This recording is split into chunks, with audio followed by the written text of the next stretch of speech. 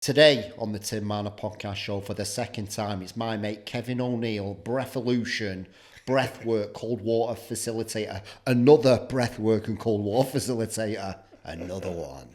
But not just the other one, the one, right? The original OG. Oh, so people keep saying, Tim. Yeah, I the don't know OG, about that. mate. I don't know about that. What have you been doing since the last time I seen you? God, mate. Where's it gone? These people are fucking right on board with this shit now, aren't they? Yeah. And Kev's been there right from the off. Pretty much, yeah. 4 years now. I established Breatheolution in 2020. And I've probably worked with, over 4,000 people, but I've taken over 3,500 people into the cold. Did I come to you 4 years ago? Was it? Yeah, Was I one of the first? Where was it at that? You came over to at Coombs, I think. Coombs Reservoir. Yeah. Cold day that. Fucking, you're amazing, mate. So good. Yeah, it was good. You've done it since, haven't you? Yeah. I do it many times now, mate. It's like a bit of a regular occurrence. You definitely feel the benefits from it. I feel more benefits from the breathing. Do you? Yeah, I do. 100%. What sort of breathing are you doing? I'm doing, it depending on when I wake up, I do breathing every single morning, but when I wake up, I do holotropic, fire breathing, sometimes 4, hold for 7, out for 8. I just do it on how I'm feeling, not necessarily anything, a structure. Do we need structure? Do we need structure? I don't think so, I don't think the body likes too much structure. I think it wants to You be know when tested. people are coming to yours and you're breathing, what type of breathing are you doing when you're doing your events? Well, generally, it's just more like conscious connective breathing, really. So it's trying to get people to connect to their bodies and feel the difference between an inhale and an exhale, because they don't feel the same in the body. They drive different parts of your nervous system. Your inhale is sympathetic by default. It's like more connected to fear response and concentration and focus, whereas the exhale is sort of parasympathetic, and it's more connected to your rest and digest and the slowing down of your heart. So they're completely different, chalk and cheese, really. But trying to get people to feel into that, who don't really feel their own hearts beating in their body, you've got your work cut out. And sadly these days, with mental health where it is, and the disconnect of and because of addiction, all kinds of different addictions, even phones and stuff now, it's proving harder and harder to do, to get people to connect. Even just sat out in the hallway there with young Betty, and I said, can you feel your heart beating? She's like, no. But you literally should be able to sit here now, and I can sit here now and sort of feel it all the time, all over my body.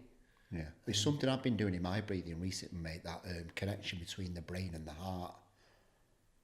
That parts of brain coherence, 0.1 hertz, kind of just as I'm doing it, understanding that there's sort of memory attached to the heart that my brain can't. I don't know what I'm talking about, Yeah, well, but it doesn't I just matter. feel like you said, I just feel. Because it means something to you, so it doesn't matter, does it? Yeah. And everybody experiences this differently, don't they? The breath work, the cold, feelings and sensations in the body. No two people feel it alike. And that's why this is, it can be really, really difficult to try and teach people and to coach people, because no two people are alike. No people have, had the same conscious experience. So, sensations in the body may feel completely different to somebody else. Which is why now I think, what's happening, because this is, breathwork is become a bit faddy along with the cold. And you say another breathwork and cold, excuse me, I've got a bit of a cough. But people are being kind of re-traumatized a little bit, really, by some of these practices. What is your sort of opinion now, or shall I say the word perspective, on holotropic breathing? Since you've been, these 4 years you've been doing it? Yeah, I mean, holotropic breathwork itself was sort of created by Stanislav Grof and his wife in the late 60s, early 70s. The term holotropic breathwork really is, sort of hyperventilating for an hours, massive sessions, and, just hyperventilation techniques like Tumo and Kriya and, that Wim Hof method. they're kind of shorter versions of that kind of hyperventilation. But hyperventilation interferes with homeostasis, and that's why it's so impactful and so powerful. It brings up the trauma. Yeah, it's regressive by default. I was just explaining this to Betty, that because the brain sort of thinks 80% sort of negatively, to maintain our life force, really, to keep us alive, it has to think negatively from, you know, a really ancient part of the brain that used to be hiding from tigers and things that were going to eat us, or different tribes that were trying to attack us and kill us as animals. So it's evolved to be negative by default, to keep us safe. Yeah, the stories we tell ourselves. Yeah. Absolutely that, and the chimp sort of paradox. Yeah. This is how the brain works, which is why people catastrophize and overthink and etc. etc. So it's an amazing piece of kit. You know, this is evolutionary masterpiece to try and keep us alive. But by doing that, obviously, it kind of it can get wound up quickly by changing your biochemistry. So if you keep on breathing in a certain way, you're going to affect your blood chemistry. And the brain doesn't like that very much, because it doesn't really want spikes of CO2. It doesn't want to be low oxygen. It doesn't want to have too little cholesterol. It doesn't want to have too much sugar up in there. So the minute we start playing around with that, it will send signals to the body to compensate. And more often than not, when you hyperventilate somebody during breath work, it's regressive by nature, because the brain really and the nervous system wants you to get back into rhythm again. So it'll do anything, really, show you anything, or make you feel a certain way to get you to restore homeostasis, and get your blood back to anywhere between 7.35 and 7.45 on the pH scale, which is where it wants to be, equilibrium. So yeah, a lot of the time that can be, it can show you things from the past, or make you feel things from the past. It can be quite sort of somatically sort of driven in the body through your fascia. And, you know, the body keeps the score. So it'll give you what you need, really, to come back to normal. And has anything changed with your perception of it, your perspective on it, or opinion on it? Is it still as powerful when you first did it back at Coombs to now?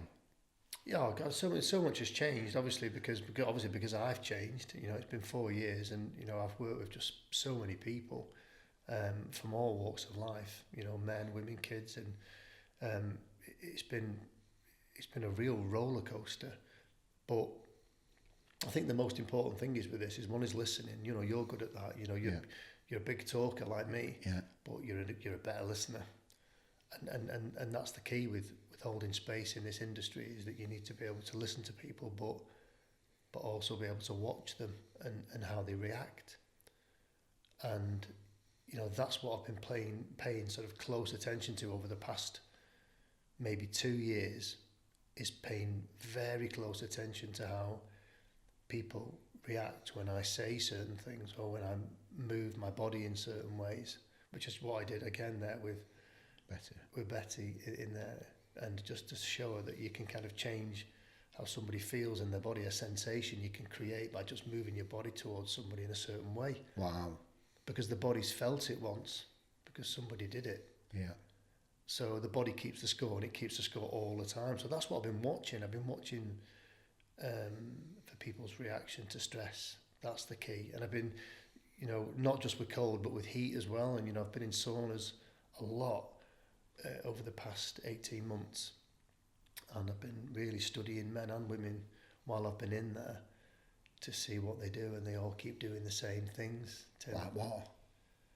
They move in certain ways, and they retreat, and they have habits of avoidance when they become stressed. And this happens in the cold, and nobody's really talking about this, and I think this is probably why my cold water therapy instructor training course is so unique, is because you're getting all that, and I've watched people, and, you know, we just kind of accept that this kind of eye closure and somebody putting their head down like this when they're in the cold, it's okay. But, you know, this isn't really how we want to be in a situation where we're nervous. What's happening when they do that? Well, I'm almost certain, and I'm writing a book at the moment, and I'm almost certain it's an avoidant behaviour that we pick up as when we're babies. And I watched Austin do it, because he was 2 in October. But they're all right, and they get to a certain age where they become a little bit more wary or a bit more vigilant, and what was comfortable at one point might appear a little bit more uncomfortable. So they start to sort of have these habits of avoidance where you sort of have hold of baby, and I always show people this, and there might be somebody, a friend of yours or whatever, or a dog barks or something. It's like, it's okay, you don't mind the dog, or you don't mind Bill from next door. He just, he's Bill from next door. It's okay. But then they kind of do this. They turn away and close their eyes, and then they won't look back. And even if you try and turn them round to have a look. Interesting. And I think almost certainly that when they turn their head away and they close their eyes, they think this is fact really. It's science that if they can't see it, it can't see them. So it's like hiding a little bit, like fight or flight. I've done that before. For everybody's done it. Yeah. And don't like it. Yeah. And that becomes a response then where the brain thinks, well, if we do that, you eventually got to safety. So we'll use that again in the future. So it starts to become habitual when you see something or you feel something that becomes unpleasant. And when you get into the cold, that's what you do.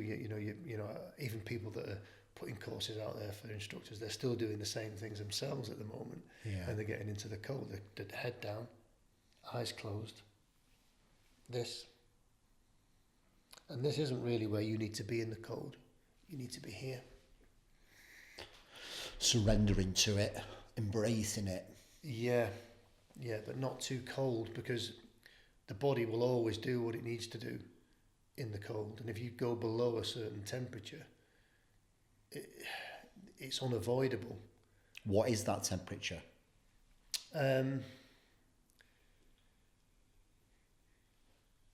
That really kind of depends on who it is. It depends on why they're there, and it depends on body fat and body mass as well, how quickly they're going to react in that temperature. So that really, as an instructor, you need to sort of weigh up. When you're doing a one-to-one with somebody, you need to kind of work with them, quite closely beforehand to make sure that you're not going to put them in and re-traumatise them. And people say, well, is this re-traumatising them? And I think it is, because what you're doing really is you're putting the body through a physical state that's creating another event. And it's just compounded from when it first happened. Potentially, yeah. And we don't really know what's happening with that. But certainly, if you take somebody, for instance, who's suffered with PTSD or a bit of abuse or neglect or whatever, or abandonment, and they've come to see you because they're struggling with their mental health, and you put them into, let's just say you put them into 10 degrees. 10 degrees is enough for most people to get a gasp on. And once the gasp happens, it sends off a bit of a myriad of information in the body that's connected to the past again. It's regressive by nature because you feel vulnerable. You've only got to put your body in a certain position to meet that, and you're setting off habits from the past of sort of avoidance. So you've got been there, Kev. Yeah. Fucking hell. Yeah. And it's trying to get yourself, be mindful enough to get yourself out of that. And sure, but physically you've already put yourself through it. Right. So you've already created a new event, because the body keeps the score always. So you've actually created another event connected to that experience in the cold. So really with cold water therapy, you need to start really, really, really, really, really slowly, I think, rather than sort of like I did with you, taking you straight into a cold reservoir. And then you're getting into that. Yeah. Because that's fight or flight. Never thought of that, mate. Really good, yeah.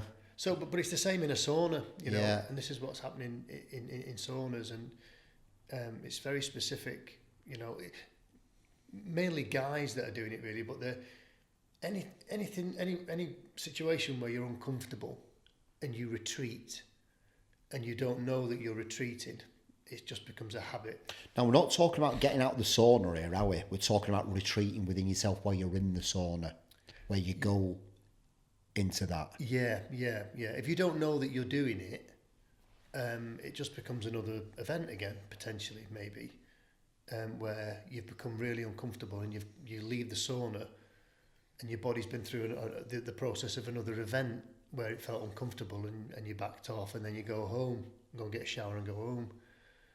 And, which is why generally if I'm coaching people to go and use a sauna, I'll say start at the bottom.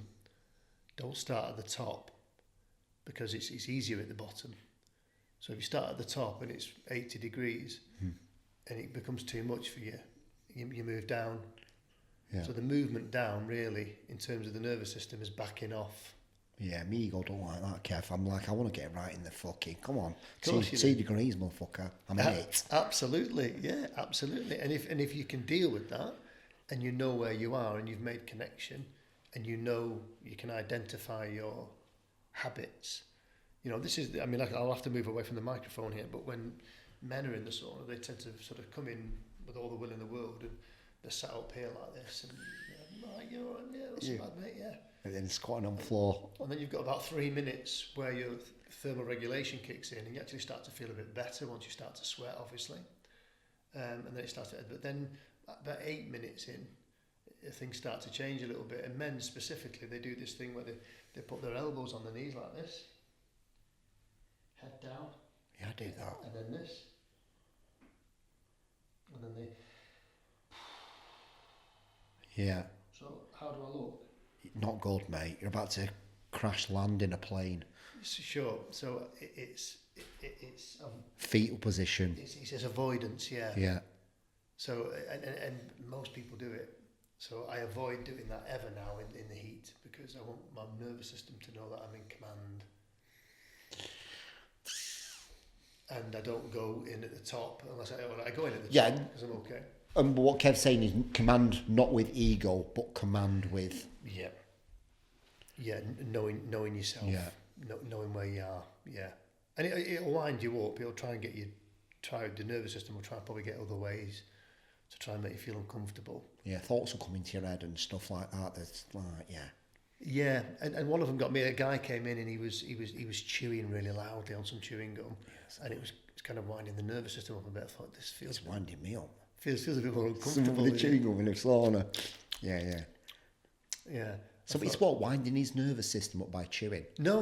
It was kind of winding me up a little bit, because it's sort of taking me away from my comfort zone, you see. Yeah. So it's recognising what's in your environment that gets to you. So then we can start to be more observant as to how we react when things are not going our way, rather than reactive. So in the past, I might have sort of heard that and thought, getting out of here, can't listen to that. And then that's fight or flight again then, because a sound has wound you up. But that's no good for the nervous system to keep witnessing that, because it will use it again. Does that make sense? Yeah, it does, perfect sense. I'm just trying to relay it back, because I was in the sauna yesterday and I was like, I think that happened to me a few times. Yeah.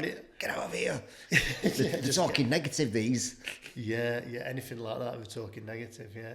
Anything like that in a situation. But you should be able to just sit there and not attach to those negative. Yeah, that's the key, yeah. And just sit with it. And be all right with it. Yeah, I suppose, yeah. And I think, how can we build resilience, really, is by sitting with the things that make us uncomfortable. Yeah, you know what? I thought it was good of me, mate, to actually get out of that environment because there was negativity going on, but really I'm just running away from it. And I'm like, I should be able to just sit with that and not let it affect me. Yeah, because... I'm going to practice that now, next time. I'll just be looking for strange-looking many saunas. Yeah, for sure. Yeah. You got to start getting a name for yourself. Just for practice. Yeah, for sure, yeah. No, I'm just there for practice. But you see, the thing is that the Tim that leaves the sauna, which version of you is that? Is this the kind of... Yeah, I don't know. Weird that, isn't it? Is it the 5-year-old you? Is it 10-year-old you? The teenager? Yeah, I think it's little Tim not running to hear mum and dad argue, if I'm going to be honest with you, or say negative things. So when you leave, does your body feel like a guy at your age, or does it feel like a child? So that's regressive. Yeah. By default. I'm not talking about in the head, but does the body sort of feel like a child? Yeah. That's what I was saying to you about the heart thing, and be very conscious about the feelings around my heart when these things are happening. I don't think my brain can compute because maybe it's forgot about little Tim, but my heart still remembers. Yeah, and your body. Yeah. Keeps the score. Yeah. Yeah, and I think maybe that is what's happening in that moment. I don't want to be around that. Where why can't I sit with that? Yeah. Why is it affecting me? Good practice, that, mate.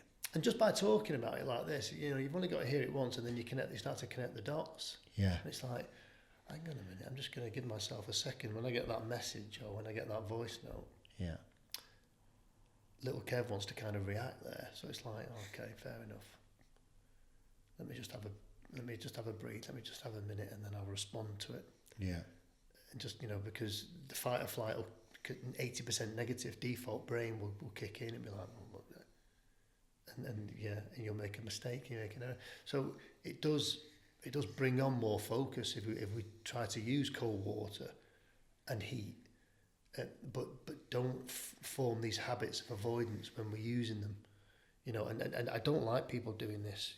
I don't like people getting in the cold like this, because this isn't really where you want to be. You want to be, like you say, you want to be not egoic, sort of, dropping into 3 degrees for 10 minutes and going on into water. Yeah, which is stupid. Yeah. Because generally we just don't really know how good for you that is as well either. 2 degrees is very cold water. And, if you look at some of Mike Tipton's work, some of that, could potentially be causing, damage to your skin, to your periphery. So, cold injury. So we just need to be careful. And I listened to one of his podcasts where he was talking about people that had, ridden mountain bikes for years and things like that, that people that have always been outside in sports, and once they get into their 50s, they start to get issues with their periphery because they've always been cold all the time. So is it really good for you to be cold all the time? Well, not really, no. People say, God, you must get in every day, Kev. Nope. Why would I do that? Oh, when you go in the sauna, do you always finish on the cold? Susanna Solberg said you have to finish on the cold. Always finish on the cold. Why would you keep showing the body the same thing all the time? You don't want to do that. You want to give it something different to do. You want it to adapt. This evolutionary masterpiece isn't by habits every day of doing the same thing. It's been caught out billions of times to make it this amazing. So yeah, finish on the heat today. And then don't go in it for 2 days, and then finish on the cold maybe. Do whatever you're feeling. Do whatever you're feeling, but mix it up. Yeah, it's mad. I feel like people, this is my habit, but sometimes your habits can own you, can't they? And if you don't do it, your head goes in the bin, and I've not done my thing today. I've not done. Just like to chill out. Sure. So, and habits are safe, aren't they? They're connected to safety and vulnerability. Yeah. So if we don't keep doing the things that make us feel good, that release dopamine, we start to feel vulnerable or needy. And that's a spiral then, isn't it? Which is kind of linked to, eating disorders and addictions, alcohol, etc., pornography. Dopamine hits. I need to feel good. I need a quick fix of feeling good. Yeah. Whatever that means. And in today's world, that is getting worse, especially with these devices and these phones, Yeah. Because, and I'm guilty of it, I spend too much time on my phone. I've got this timer thing, and it's like, well, you've been on it 15 minutes now, so just put it down. Because it's easy, isn't it? Because it's like, I'm smiling already, and I'm not even looking at my phone. It's making a physical reaction to what I normally do, which is laugh at my phone.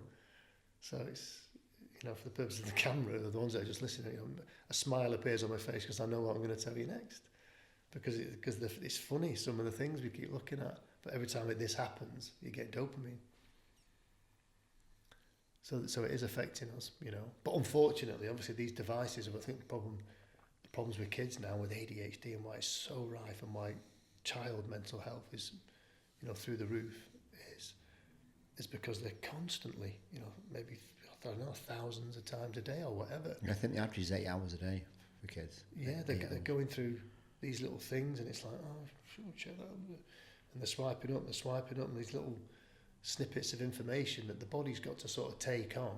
Yeah. But you know as well as I know that sometimes you can look at a little, it looks like my hand has gone. Yeah, yeah. You can look at a little puppy that's hurt. Yeah, It's yeah. like, oh my God, it kind of breaks you a little bit. Yeah. So you're getting a human emotion. Yeah, you're almost getting the same thing as you're going in the cold, and you're doing that from your phone, aren't you? You're getting that. Here we go again. There we go. Yeah, and the pattern's not being broke. That's it. 100%. That's it. You just nailed it. And that's what's happening with kids, because they're swiping up and they're like, oh, that's not. Oh my God, that's hot. But too late. I've already done it. I gasped. I closed my eyes. I held my breath, and then I come back. But I've done it, and the body keeps a score. You know, I'm not in the tsunami. I'm not in the event that's taking place. But there's a part of the brain then that kind of puts you in it. Yeah.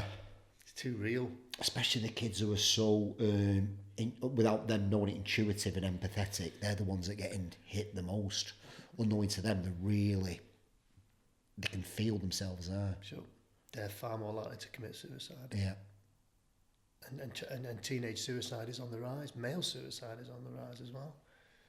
You know, which is why I set up Project Equilibrium, which is hopefully trying to get into schools to try and get kids to feel their hearts and not be anxious about them, but to love them and to use their breath as an anchor to change their nervous system. Yeah. But, you know, it's going to be hard. Quite hard, mate. Fucking hell, you came into my school with that, I'm like, what the fuck's this bloke on about? Fucking bloody spiritual woo-woo nonsense. I would do exactly the same. I know. And that's the hard thing. It only comes with time and experience that you realise how powerful it is. How do you change that mindset of a kid to embrace this? I think, you know, these devices, you know, they're causing trouble. They're amazing bits of kit, aren't they? You've got the world in your hands, but they are causing problems. I think, you know, I heard on a podcast not all that long ago that apparently Britain are in front really in terms of taking these devices off them maybe in schools and just allowing them to use normal mobile phones when they're at school, but not have all this stuff on them. And is that going to improve? But I suppose it's just undoing everything. And food is causing a huge problem. Sugar's causing so many problems with dopamine, as well as these devices. So it's like it's an accumulation of it all. But if you can make it fun and make it easier for them to understand how the body works, it becomes less reactive. They do get an opportunity to maybe have a couple of seconds if they practice it. It's getting them to practice it, you know, and come out of their head. Which is going to be hard work, you know, but if you save one of them, you know, your work's done, isn't it? If you can go into 50 schools and save a kid because they've been able to just get out their stories for a minute and just kind of be, just on one breath. Yeah. Just to come back into the body, it might have just given them enough time not to do something silly. It's powerful, and it just what 1 or 3 breaths can do, and just getting out of the stories and the logic that you've been taught in your head, just to kind of be back into presence. Yeah, it could save a life. Yeah. So that's how important it is. But obviously in the West, you know, we don't really teach kids about how their bodies work. We're more. They don't know. Nobody wants them to teach them that. They don't want this a bit. I mean, I'm not going to get into that bit, the conspiracy theory, like, but what they're being taught, man, is just absolute fucking nonsense. Shite. Yeah, the shite. They're putting to what? To be in a system. Yeah. That's not for you. It's for them. Yeah. Don't take me down all that path. The straw man and all that sort of. I watched that recently. That was mind blowing. The straw man. God, it was just like, I couldn't believe it. But yeah, they cram all these kids, you know, and they did the same with us, with me and you. You know, they crammed us all in, make us sit down for so many hours a day, keep us all in a room. Oh yeah, fucking mate, honestly, just look out the window. Yeah. And, man, stop daydreaming. You're not going to accomplish anything. I'm just like, Same. But not daydreaming on the stuff that I used to love, like PE or craft design and technology, making things, using my hands. I loved that. It was great because it, you know, it exercised this ADHD brain of mine, or whatever, this overthinking brain, whatever they want to put a label on. You know, that's who I was.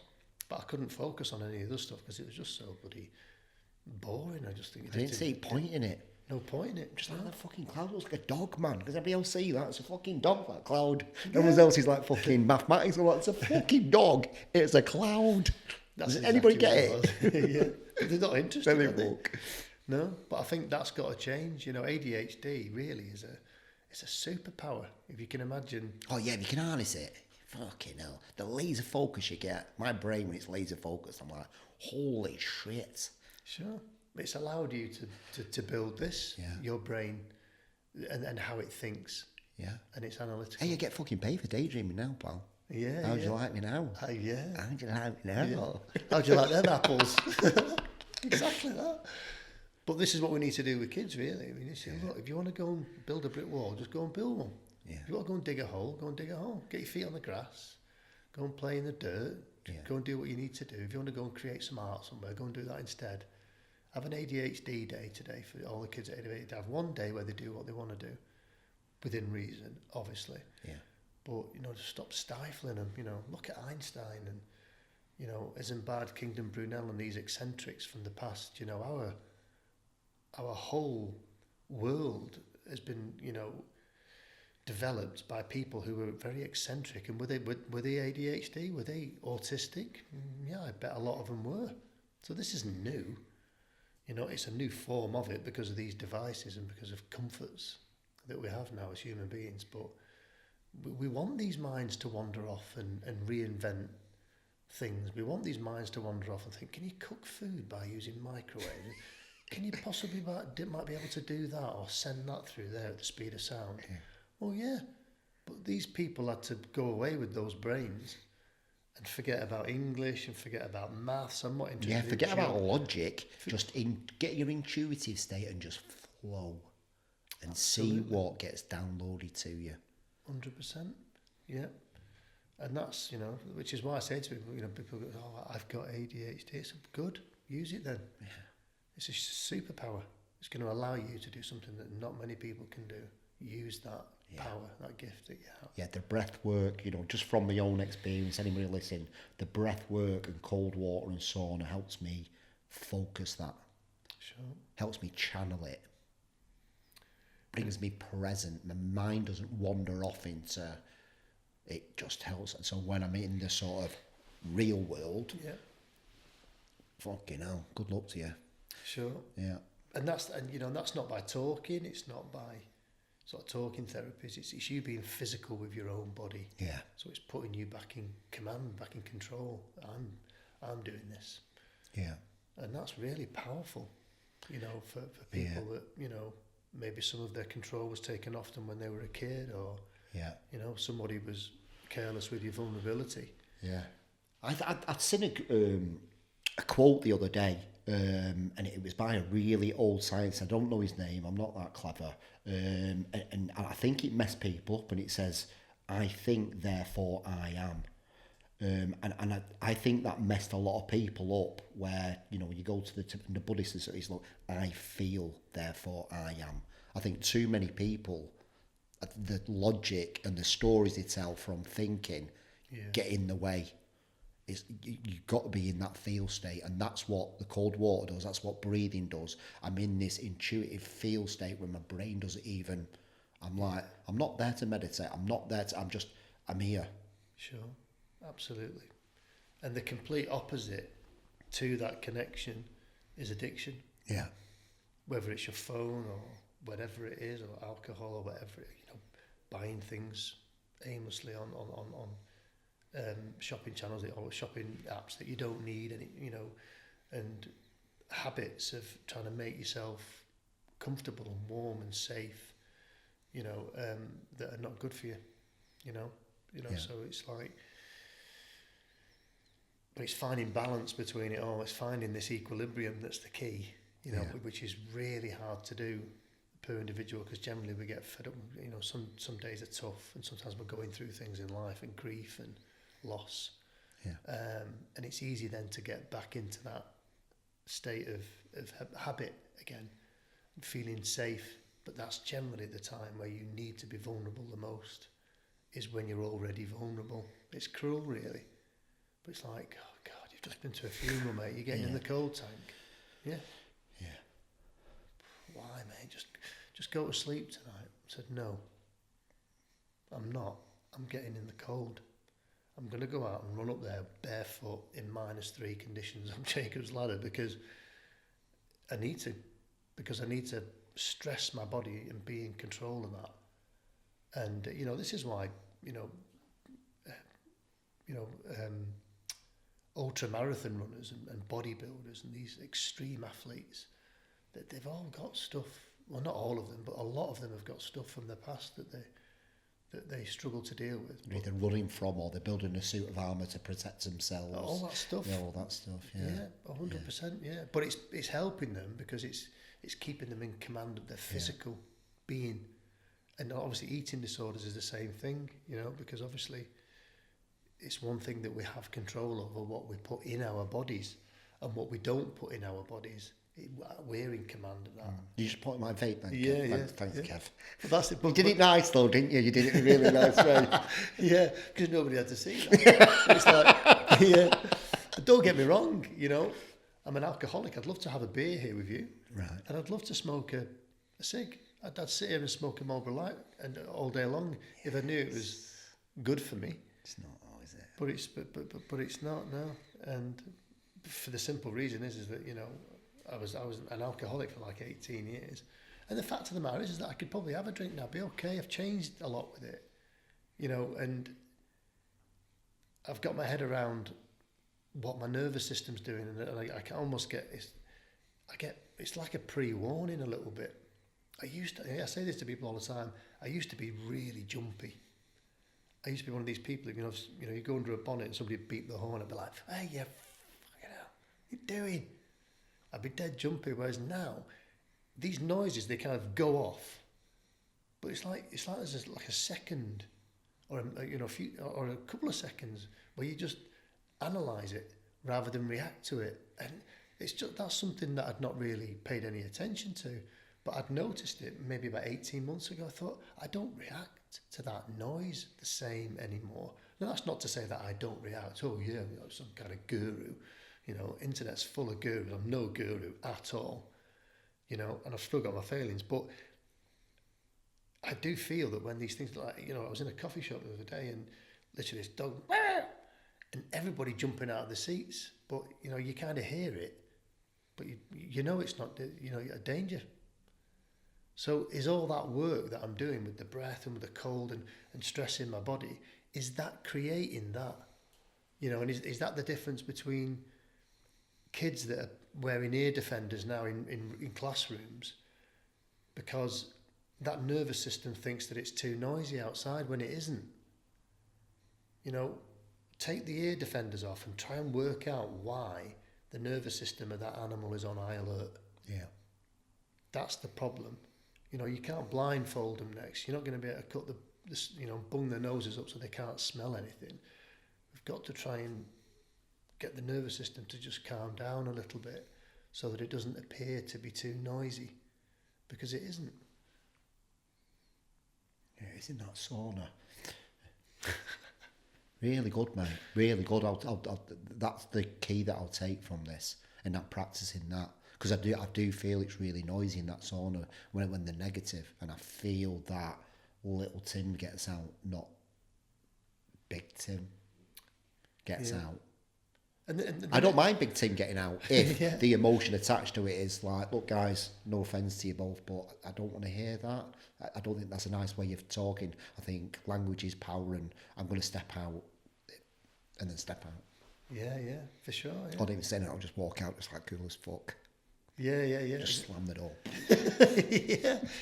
But it's like, the next time you're in there and you're getting up to that point, I mean, generally I sit in a sauna for about 15 minutes at a time. Every now and again, maybe in every couple of weeks, I'll stay in for 20 minutes. Yeah. Or I'll stay in a bit longer. Or I'll get out for 30 seconds and then I'll step back in it. And people are like, what are you doing? I'm just trying to build a bit of resilience, because normally the body isn't used to me getting back in after this. And how's that building resilience? Well, it's doing something that it's not used to. Yeah. So the heart's got to be like, oh shit, you're normally getting the cold here. The body's got to regulate. It's got to adapt to something that's new. And that's evolutionary. So the next time you're in there and you start to feel a little bit uncomfortable in there, put your hands like this and open yourself up. You'll feel more uncomfortable. Like that? Yeah. You'll feel more uncomfortable. In front of these big muscle heads. And not because you look a dick. All right, guys. But it's not like you're not going to start hovering or levitating or anything. But just leave yourself open and see how you feel. You'll feel more uncomfortable. Just really connect to your body and then put yourself down there again like that. And then you'll feel more comfortable. And then do that again. And then it'll feel hotter in there. And then you do go head down again and then it'll feel safer again. You'll be able to feel it change in your body like a switch. I'm doing it, Kev. And that is how you got to watch people getting into any stressful situation. Look at how stressed they are. So these guys next to me are talking, and I'm there, and I'm just like, fucking hellfire, like they're not arguing, but like just negative. I'm like, what is this nonsense? You want me to put my hands like that while they're doing this? Yeah. Yeah, and then go back. Yeah, not necessarily. It probably shut them up, to be honest. But like, yeah, probably. Yeah. Right, okay. But I mean, listen, even when you're in there on your own, yeah. It starts to get uncomfortable. You think, that kind of what Goggins would call you, sort of like you're in a bitch type thing. Yeah. Whatever that is. It's like it's time for me to get out now. The message, things will start coming into your brain. Oh, I've only done 12 minutes. It feels a bit hotter in here today than it used to be, than it was last week, and. Maybe I had that thingy last night, maybe I had that curry last night, it's making it feel a little bit different. Just noise. But you'll know when you're ready to come out. As soon as you feel like you're done, just sit there and sort of play with it a little bit. Put yourself there again. That feels more uncomfortable than go down again and retreat. So you go inward and you go back into your little self again. That feels more comfortable. And then come out there again. And it's like that definitely feels hotter and more uncomfortable when you're open. So it's showing you that when you're like this, you're more vulnerable. It's like when I get people to do breath work, I say, don't have your hands down. Let's allow yourself to be vulnerable, open. Don't. People lie down when they do breath work and they start to do this on their bodies. Just be vulnerable. Just let it have it. So do these little movements matter? Does this matter when you're getting in the cold? Yeah, it does. It does now you've explained it. Yeah, because how do I look? Yeah, you're like a frightened child, eating in a corner. So why would you get in the cold like that? And nobody's talking about it like that, Tim. Nobody. They're not. No, they're not. But that's why when I'm coaching people, I'm saying, really look at people, because generally, if just come forward to generally, look at people. If they're uncomfortable, it will be recognisable. But you need to be able to sort of witness people's vulnerability. And a lot of the time, they're vulnerable before they even get in. So they're stood there and their shoulders come up and they're covering their bits. And I'm saying, look, try not to do that. And try not to be uncomfortable. Yeah. Before you go in, because that's just gonna, it's just gonna amplify as you get in. It's a cascade from that point, because you're already in fight or flight then, you see. Right, yeah. Because you're doing what you've always done when you feel uncomfortable, which is why I don't overly like too much giggling, because giggling... Nervous. Is a nervous laugh, and that's an avoidant behaviour in humans. So nobody's talking about this, are they, Kev? It's the OG is talking deep. About it. It's deep, but it's being, for it to be called what therapy, I think the individual has got to understand how this body works. They've got to understand how they react, or how they've always reacted when they're vulnerable, and try and avoid that. Yeah, just change it around a little bit. When I came to see you at Coombs Reservoir, not long after that, sort of like challenge was brought to you. Can we talk about that? To a degree, I can't really sort of talk about it on any kind of level. But yeah, somebody got into the water with me and passed away. It was horrific. It was life changing. you know, for them, obviously for me. And, you know, in that case, it was, you know, she was quite poorly, but she just didn't know it. And, you know, she had a heart condition. And this is kind of why I'm sort of pushing for this sort of, you know, safer dipping, because obviously people are just going crazy. They're just jumping into 3-degree water, and 3 degrees is really cold, you know. And on the day that it happened with me, that the water wasn't really all that cold, and it was just, you know, it was just one of them situations. I was taking so many people in as well, that if, you know, if it's going to land on anybody, it's going to land with me, and which it did, you know. And it's horrific, and I still don't talk about it now, really, Tim, because it, you know, it still hurts every day. And, you know, for me, I think everybody who's 40 plus should have an ECG before they get in a sauna or before they go in an ice plunge. And the thing is that everybody's got responsibility for their own body, and everybody's got responsibility for their own medication. And this is why when I kind of put these waivers out there, there's a lot of information on the waiver, because I want people to take responsibility for the medications that they're taking. Even things like antihistamines can affect the QT interval of your heart. And I don't know whether you know, in your heart you've got like a waveform of your heart, QRS, PT. You know, it goes up like this. And if that QT interval is lengthened by certain medications, then that can leave you open, or more wide open, for an arrhythmia when you're in the cold, or certainly when you put your head under the water. And this is the work of Professor Mike Tipton down south. And, you know, nobody knows more about cold water exposure and stress on the human body with temperature than he does, which is why I kind of use his teachings in my instructor courses, because, you know, not everybody's good to put their head under the water. You know, he did some very specific trials where they were testing really young, healthy, fit people in their 20s and late 20s, and those that plunged their head under the water and held their breath and took a gasp when they come up, they had an 83% increase chance of having an arrhythmia.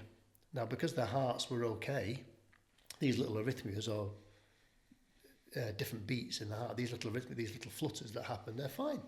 They just come and go for a healthy heart, like we have, etc.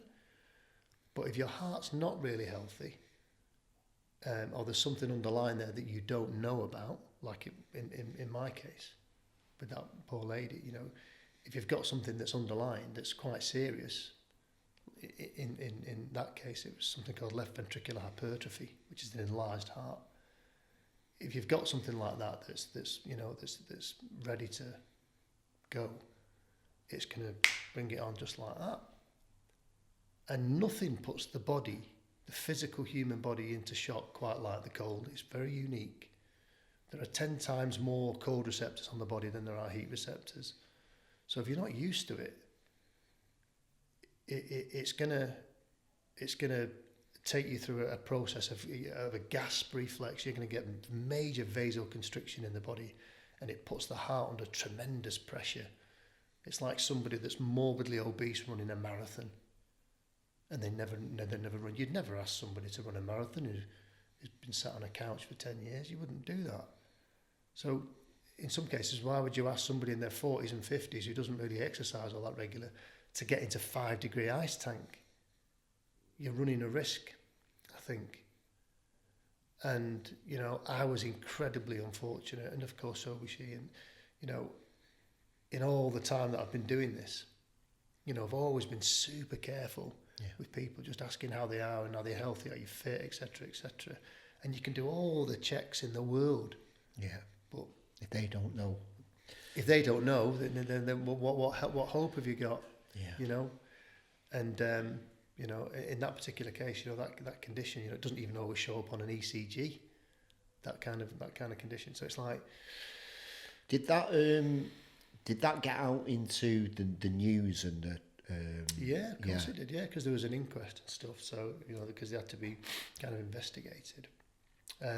How did you manage that time? Oh, Tim, it was awful. It was the worst time in my life. It was the worst thing to have to go through in my life. You know, and, you know, some people were very supportive, and some people weren't very supportive. Yeah, I can imagine. Yeah, there were some people that were ready to try and, you know, throw me under the bus, which I won't go into, but it was horrific. It was horrible, and you know, and it still is.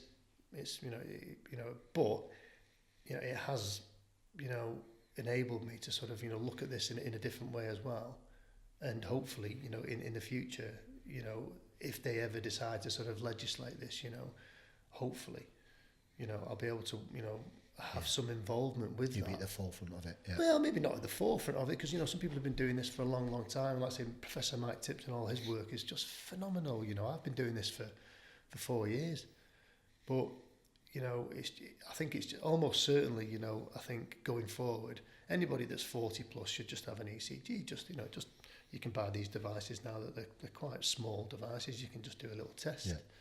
And if there's anything that's abnormal, it might just show up on there. It's just another way of, you know, removing any kind of risk, you know. But even then, you know, it's a bit like when people drop dead in gyms.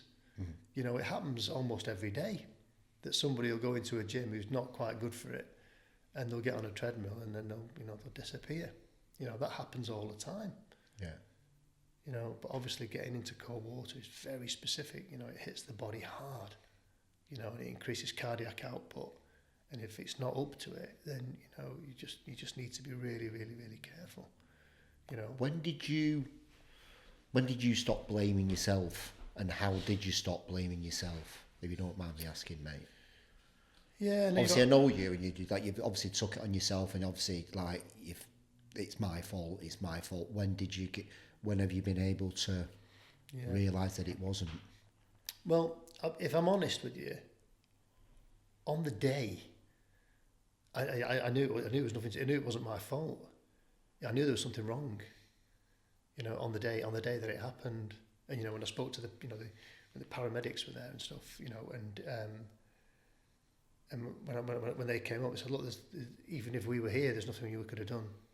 If we were here ready, you know, it wouldn't have changed the outcome. And I thought, well, what was it? So I had to wait a long time to find out what it was, which was obviously, you know, quite a serious condition that, you know, somebody didn't know that they had.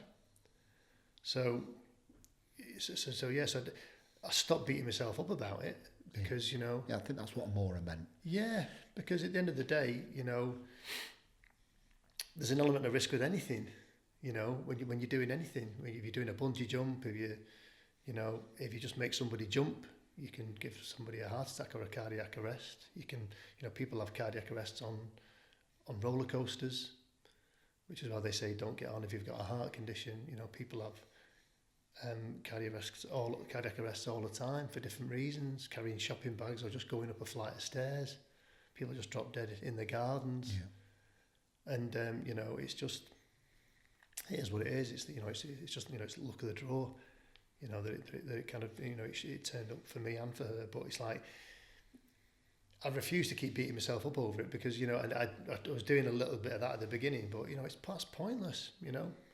You know, it's absolutely, you know, completely and utterly unavoidable, you know, and unforeseeable, you know, which was what the verdict was there on the from the chief coroner at Chesterfield. You know, just completely unavoidable. Let me ask you this question. How many lives do you think you've changed since you've been doing this? Hundreds and hundreds of lives, you know, of all the people that I've worked with. Some people it's been life-saving, Tim, you know, and I've lost count now at the amount of times somebody's messaged me and said, Kevin, that time I spent with you, that day down at the beach, or that time I met you in the car park there, it changed my life, it saved my life. Lost count. And, and I'm proud about that. I really am. And, I'm glad I've stuck to my path with this, and I'll continue to stick to my path.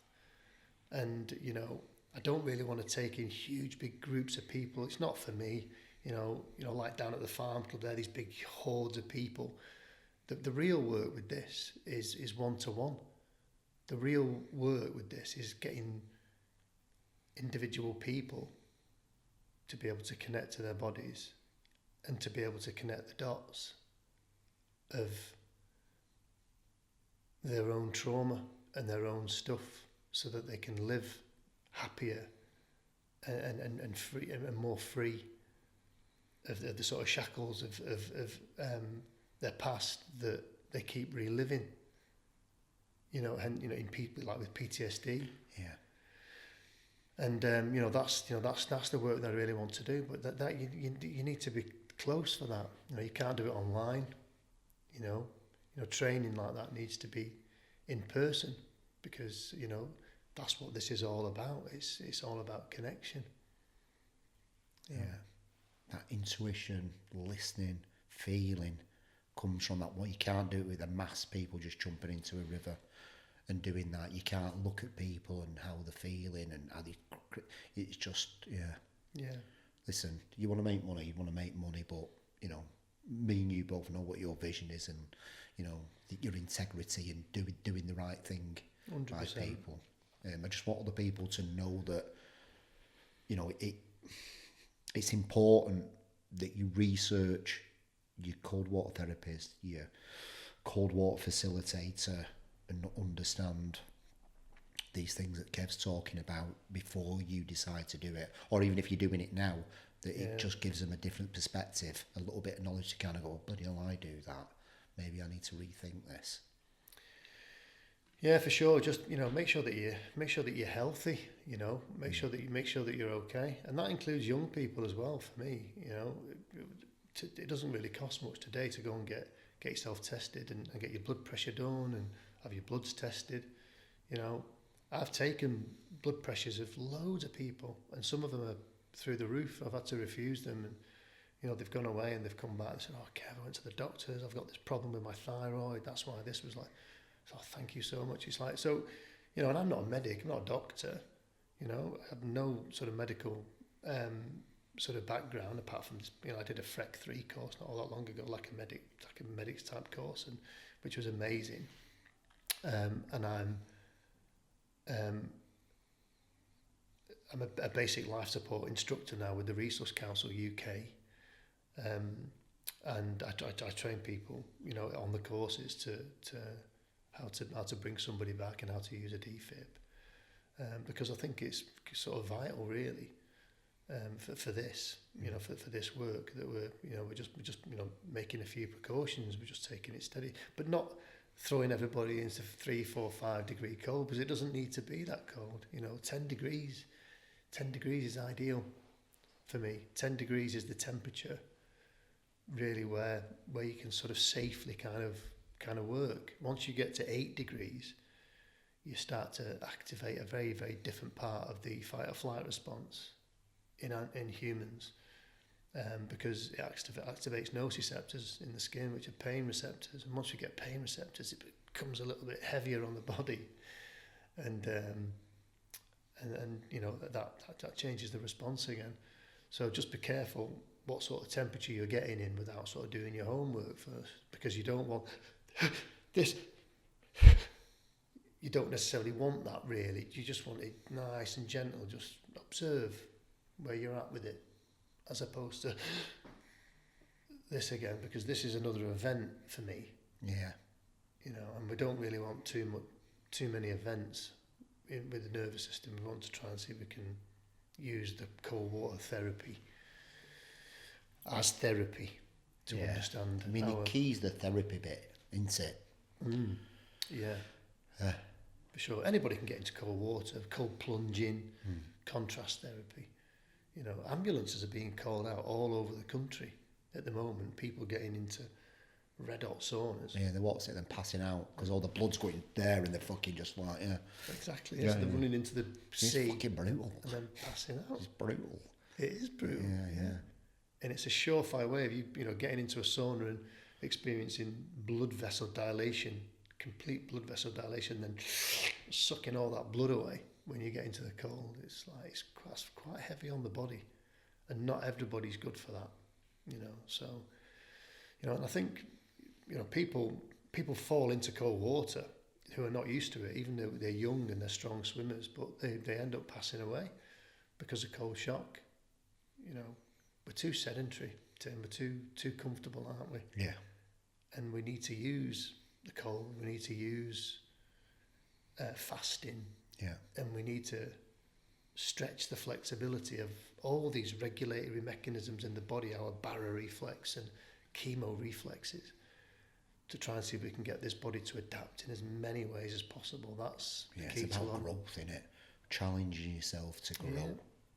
That's the key to longevity. To do that, you've got to be uncomfortable. 100%, yeah. You've got to make yourself uncomfortable. It's not nice, and nobody wants to be vulnerable, but there's real power and safety in your vulnerability, you know. So, you know, just make yourself vulnerable, but just be careful doing it. You know, just make sure that you're good to do it. Yeah. Go to the doctors, get your heart checked, get your blood pressure checked, make sure that your bloods are all good. You know, and just be careful with those medications that you're taking. You know, because everybody takes antihistamines, but they affect how you react in the cold. Even paracetamol does, really. Yeah.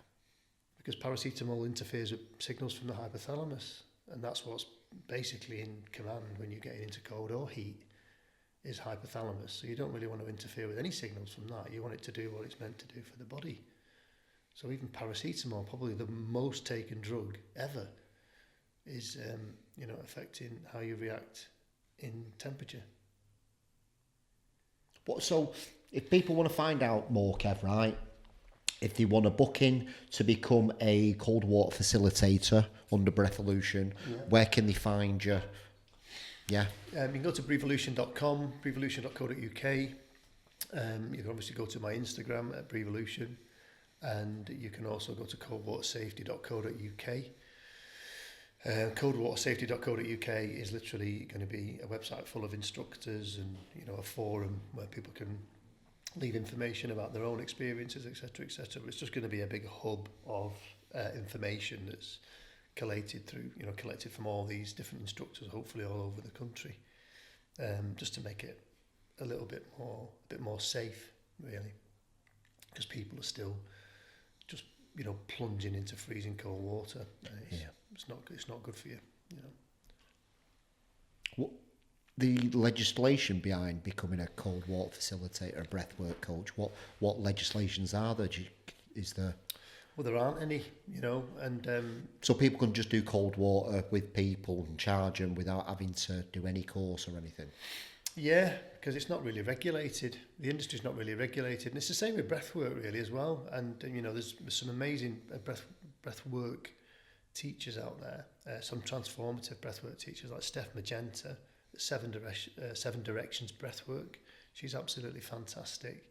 But there are people out there at the moment, and companies out there at the moment, that they're trying to make a killing out of mental health. You know, they're trying to sell trauma release by putting out these videos of people having these extreme releases and you know, crying and sobbing and movement in the body and all this sort of thing, and they're putting these videos out there, but the space they're holding is not safe though.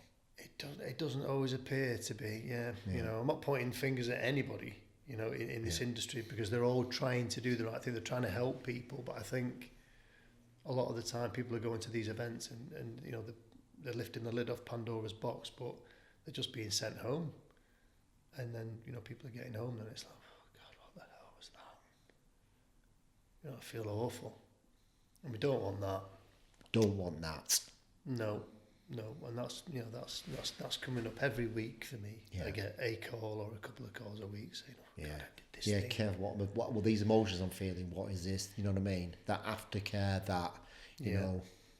Yeah. And that's what's needed. That integration into the real world. That's the word. Integration. That's the word. Yeah. Just to help you connect the dots as to why your body did that. why you felt like that, why you saw your grandma again, why did you see that guy that hurt you that day? Yeah. Why did you see that person again? You know, why was I 5 years old in my mind? You know, what was that all about? Why did I see my dog? Well, there's a very specific reason for that.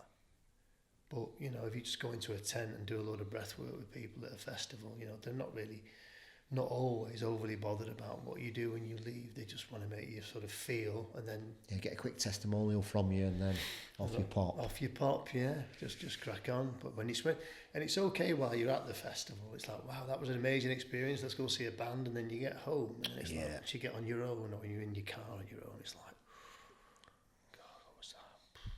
That was heavy.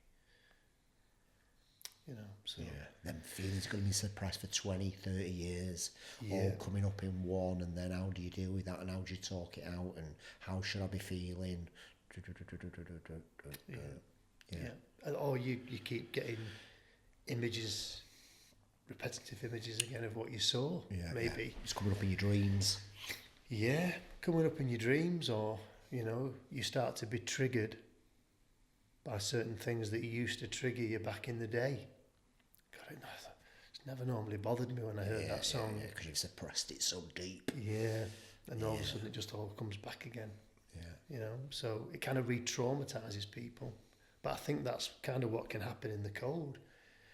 You might kind of be re-traumatising somebody, which is why I've been invited to go down to the Mandarin Hotel in London and train some staff there.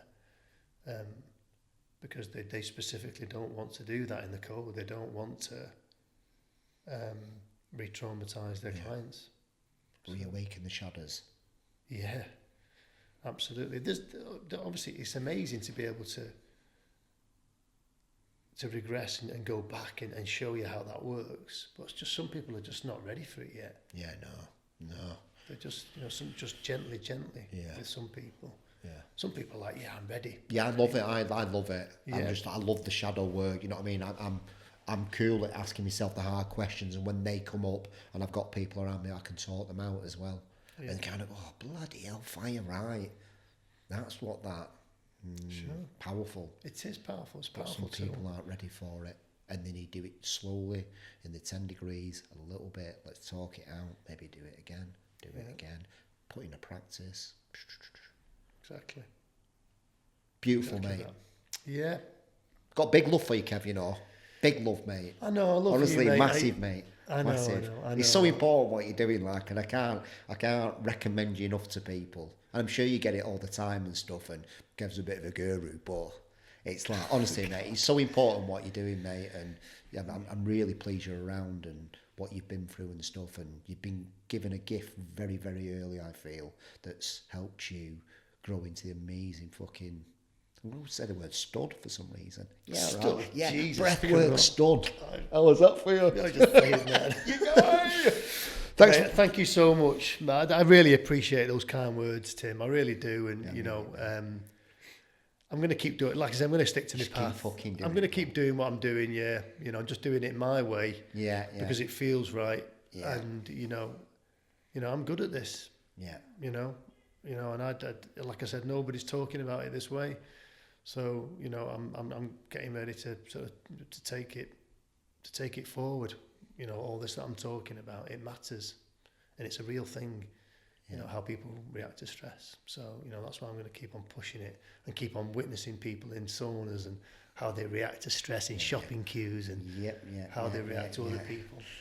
I'll text you what happened in the sauna, right? I'll do it on Monday and I'll message you, let you know. I'm coming with you. Fucking let's do it. I'm going to come up to Bolton and get in the sauna with you. What he's down doing? him. Very spiritual. Got to be cross-legged as well. Breatholution, motherfuckers. Goodbye. Tim Marner, what, you're ready with the best. Tim Marner, what, you're ready with the best. Tim Marner, what, you're ready with the best. Tim Marner, what, you're ready with the best.